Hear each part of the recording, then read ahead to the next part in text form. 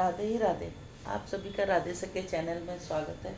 अब हर रोज़ आपको एक महात्म डेली डल जाएगा, और जो 5 कहानियाँ हैं वो मैंने आज डाल दी हैं। अब आप उसको वहीं से ही देख सकते हैं।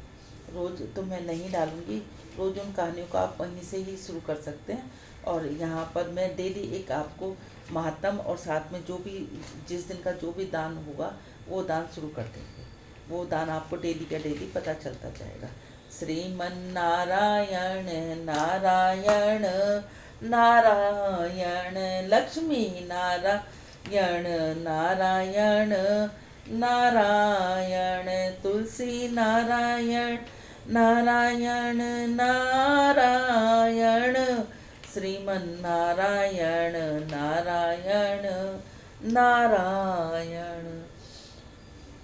बोलो बैसाख महात्म की जय। पहला अध्याय। सूत जी ने कहा, भगवान ब्रह्मा जी के परम भक्त एवं पुत्र के समान नारद मुनि एक दिवसीय अम्बिशे राजा दरबार में उपस्थित हुए। राजा अम्बिशे अत्यंत धार्मिक प्रवृत्ति के व्यक्ति थे। उनके राज्य में संपूर्ण शांति थी।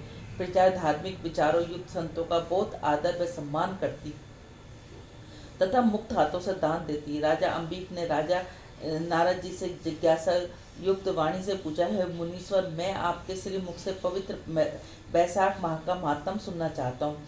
नारद जी के मुख पर विचित्र मुस्कान प्रकट हुई। वे बोले, मुझसे ब्रह्मा जी व लक्ष्मी जी विष्णु जी ने कहा था कि मृत्यु लोक में लाभार्थी वैशाख माह का महात्म राजा अम्बरीश को सुनाना है, जिससे पृथ्वी लोक के निवासी इस महात्म का पुण्य प्राप्त कर सके। आपका प्रसन्न संभव प्रभु प्रेरणा के कारण ही है, अतः इसका प्रसन्न सुनकर मैं अति आनंदित हुआ हूँ। हे राजन, इस अवसर पर पूजा हवन और यज्ञ का आयोजन करें, जिसके साथ साथ आपकी प्रजा भी लाभान्वित होगी।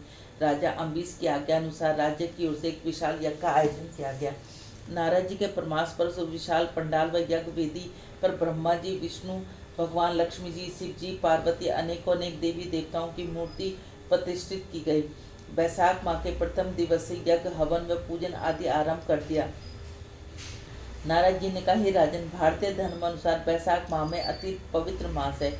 इस माह में अधिक गर्मी नहीं पड़ती। सर्दी के मौसम से अधिक ठंड के कारण पूजा पाठ में विघ्न पड़ता है। इस प्रकार बैसाख, भाद्रपद आदि मास भी कष्टदायक है। अतः बैसाख माह अत्यंत पवित्र मास माना गया है। हे राजन, इस दिवस विष्णु भगवान ने स्वयं लक्ष्मी जी को बताया कि ब्रह्मा जी ने स्वयं अपने मुखारबिंद से बैसाख महात्म देवताओं को सुनाया। जिस प्रकार सब ग्रंथों में तथा ज्ञान का महासमुंदर वेद भगवान है, उसी प्रकार वेदों के कल्प वृक्ष, गौ में कामधेनु, गाय, नागों में शेष नाग, पक्षियों में गरुड़ देव उत्तम व पवित्र माने जाते हैं। ठीक उसी प्रकार बैसाख माह अति उत्तम और धार्मिक है। नारद जी ने तत्पश्चात कहा, हे पत्नी से अधिक श्रेष्ठ मित्र कोई नहीं, वह अर्धांगिनी होती। इसी प्रकार गंगा के समान पवित्र नदी अन्य कोई नहीं। देवताओं में शिव के सामान्य अन्य देवता नहीं, तथा रत्नों में मूल्यतम मणिक कौतुक मणि है। इस प्रकार ईश्वर उपासना के लिए बैसाख माह अति उत्तम महान है। बैसाख माह में सूर्योदय से पूर्व गंगा, यमुना तथा किसी भी अन्य नदी में स्नान करना चाहिए। यदि नदी ना हो तो तालाब अथवा कूप में स्नान मोक्षदायक है, तथा इस पुण्य अवसर पर स्नान का फल अश्वमेध यज्ञ के समान है। बैसाख माह में सूर्य से 6 घड़ी पश्चात तक भगवान विष्णु सहित अनेक देवी देवता जल व उसके निकट मनुष्य जाति से लाभान्वित विराजमान रहते हैं। वे श्रद्धालुओं को आशीर्वाद देते हैं तथा उनके पिछले जन्मों को क्षमादान भी करते हैं। अतः बैसाख माह में स्नान में पुण्य सीमित है। उसका पुण्य लाभ भक्त व उसके बंधु बांधव व परिवारों के लिए अति उत्तम है। बोलो बैसाख महात्म की जय। श्रीमन्नारायण नारायण नारायण, लक्ष्मी नारायण नारायण नारायण, तुलसी नारायण नारायण नारायण, श्रीमन्नारायण नारायण नारायण। वार की कहानी। आज है शनिवार। एक ब्राह्मण शनिदेव की पूजा करने जा रहा था। एक राजा के यहाँ पूजा करने जा रहा था शनि, तो वहाँ रास्ते में उसे शनिदेव मिले। शनिदेव ने पूछा, कहाँ जा रहे हो? कि मैं राजा के यहाँ पूजा करने जा रहा हूँ, कि मैं भी राजा के यहाँ उन्हें लगने जा रहा हूँ। अब उसने सोचा, जो राजा हमें अपनी प्रजा को अपने बच्चों की तरह पूछती है, अब उसके अगर ये शनिदेव लग गए तो बड़ा कष्ट हो जाएगा। उन्होंने कहा कि इसका कोई उपाय, कि कोई उपाय नहीं है कि नहीं कि कोई तो उपाय बताओ कि तुम मेरे लग जाओ, कि तुम्हारे लग जाऊंगा, कि बता कितने दिन की लगूं, कि 7 साल की ना उठी जाए, 2.5 साल की ना उठी जाए, 5 साल की ना उठी जाए, 1.25 साल की ना उठी जाए, 1.25 महीने की ना उठी जाए, तू 1.25 पैर के लिए मेरे लग जा। उसने कहा, शनि महाराज ने कहा चल ठीक है, मैं 1.25 पैर के लिए तेरे लग जाता हूँ। अब सब शनि महाराज 1.25 पैर के लिए राजा के उस ब्राह्मण के लग गया। अब वो ब्राह्मण वापस अपनी बीवी के पास गया, जाके कहने लगा कि मुझे शनि की महादशा लगी है, तू ऐसे कर, 4 होगी आलू बैंगन की सब्जी बना के देंगे, शनि की महादशा लगी है, तो मैंने कहा अब वो वहाँ जाके बैठ गया। अब अंकल जी के किनारे जाके बैठ गया और रानी राम करने लगा। अंकल जी ने देखा कि कुछ मतलब वो निकलते जा रहे हैं, मतीरे भरे जा रहे हैं। अब शनि महाराज की दृष्टि पड़ी और उसके मन में लालच आ गया।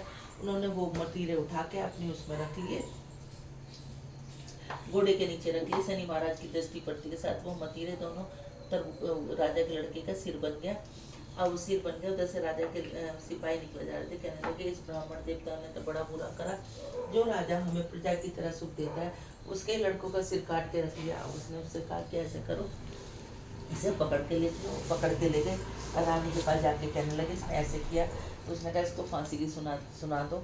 और वो कहने लगा कि जो ना इससे अंतिम इच्छा पूछो। उससे अंतिम इच्छा पूछी तो उसने कहा कि जो ना मुझे 1.25 पैर के लिए 1.25 पैर के लिए मुझे पूजा करने, शनिदेव का नाम लेने। तो उसने कहा ठीक है। उसने 1.25 पैर के लिए नाम लेना शुरू करा, तो 1.25 पैर बीत गया। तो राजा के लड़के खेलते हो गए। रानी ने सबको भगाया, तो जाके देखो तो सही, कहीं उस ब्राह्मण को किसी ने वो तो नहीं चढ़ा दिया है, फांसी पे तो नहीं चढ़ा दिया। कहने लगे ठीक है। अब सब लोग भागे, तो जाके देखा जैसे सोने की फांसी लगाई तो वो टूट गई, चांदी की लगाई वो टूट गई, लोहे की लगाई वो टूट गई, रस्सी की लगाने लगे। इतने में वो कहने लगे, उसकी कहने लगे तूने क्या करा? कि मैंने कुछ ना करा। रानी ने पूछा कि कुछ तो करा होगा। कि मैंने कुछ नहीं करा, वहाँ शनि महाराज राजा के लगने जा रहे थे, उन्होंने, मैंने कहा कि तुम उनके मतलब हो मेरे लग जाओ। और 1.25 पैर में उन्होंने इतना खेल दिखा दिया कि इसका कोई उपाय, सुबह के समय जल चढ़ाए, शाम के समय दीवा जलाए तो शनि महाराज की सारी बला चले। जैसे शनि महाराज तुम राजा पे आए वैसे किसी पे मत आना। जैसे ब्राह्मण दे पाए शनि महाराज भरे आओ रीते जाओ। शनि महाराज ने जैसे शनि महाराज की दशा चले 70 बला टले। जैसे ब्राह्मण देवता की बला टाली वैसे कहते सुनते हमारे हमारे परिवार की सबकी बला टाला। श्रीमन नारायण नारायण नारायण लक्ष्मी नारायण नारायण नारायण। तुलसा महारानी नमो नमो, हर की पटरा नमो नमो। 6 मास में बोई रानी तुलसा, सावन मास में हुई हरी नमो नमो। तुलसा महारानी नमो। 56 भोग 36 मेवा, बिन तुलसा हर एक न मानी नमो।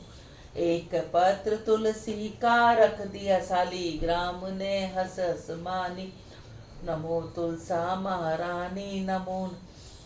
कार्तिक महाबैसाख में हुई तेरी पूजा, तुलसा महारानी नमो। जो तुलसा सवेरे गावे, श्री किशन जी के दर्शन पावे। जो तुलसा दोपहर में गावे, खीर खांड के भोग लग। जो तुलसा सही सांझ को गावे, श्री किशन जी की आरती उतारे नमो। जो तुलसा आधी रात को गावे, यम के दूत निकट नहीं आवे नमो नमो।